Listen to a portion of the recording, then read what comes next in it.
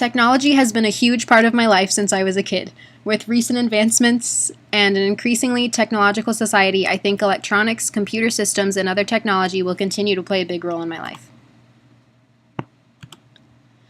As a kid, the extent of my technology use was a music player called Hit Clips, which could only play one song at a time, and computer games like Kid Pix or the Oregon Trail. Later in my childhood, I got an MP3 player and I had to learn how to put music on it, which was hard for me, but it was worth it since I got to listen to Hannah Montana and the Jonas Brothers whenever I wanted. All my friends in elementary school used online games like Webkins, so it was just a fun thing to play as a kid. I remember playing computer games like Kid Pix and the Oregon Trail during school, which were more educational computer programs that I used for learning. In middle school, instant messaging became common with kids my age, so that was a new type of technology that I became familiar with. It was just a way to communicate with friends on my computer. It made it easier to make plans and talk with friends. Facebook also started to become popular around this time, and it sort of had the same purpose as instant messaging.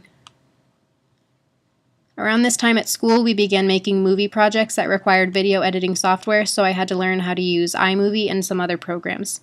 Getting accustomed to these programs ultimately helped me significantly as a student. I enjoyed learning about the new technology and using it to make movie presentations. Once high school started, I began to rely heavily on my phone. Not only was it a way to keep in contact with people, but there are also many educational apps that I used throughout those 4 years.